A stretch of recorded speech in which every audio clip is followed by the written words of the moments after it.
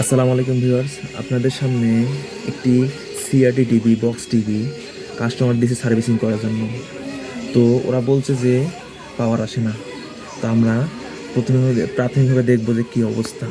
তো আমরা ট্রানজিস্টরটা ওখানে দেখলাম যে পোড়া ছিল সাইটে। তো আমরা ঝালাই করে নিয়ে সিরিজ লাইনে চেক করে দেখব। তো সিরিজ লাইনে দেওয়ার পর দেখলাম যে সিরিজ বাল্ব ডাইরেক্ট জ্বলে উঠছে।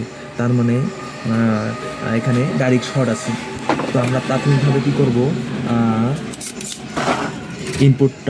ইনপুট ট্রানজিস্টরটা খুলে নেব।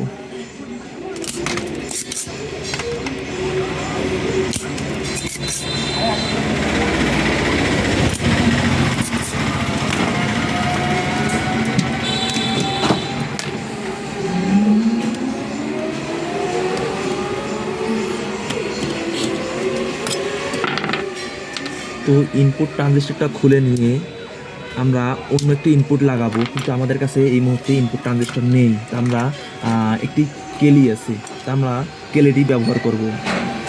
কেলিটি ব্যবহার করতে হলে অপ্টো কাপলারটা খুলতে হয়। তো আমরা খুলবো না, এই অবস্থায় ডাইরেক্ট আর কি ভোল্ট বাইর করব। খুললে হয়, না খুললেও হয়। আমরা না খুলে ভোল্ট ব্যবহার করব। এটা লাগাতে হবে এই যে এখানে কালো তারটা পাওয়া ক্যাপাসিটারে নেগেটিভ টার্মিনালে,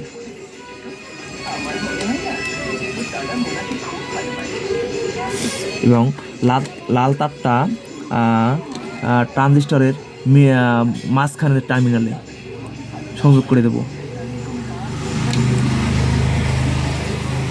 সংযোগ করে কেলিটার ভোল্ট সর্বনিম্ন বা মিডিয়াম মাত্রায় রাইখে দেব, দিয়ে তারপর পাওয়ার দেব।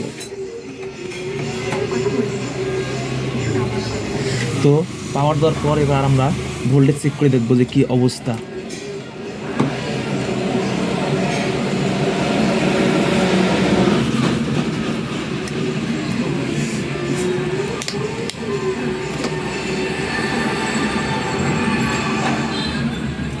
আলহামদুলিল্লাহ আমাদের ভোল্ট প্রায় 70 ভোল্ট বাইরে হয়েছে। আমরা এখন এই অবস্থায় ভোল্টটা বাড়িয়ে নেব।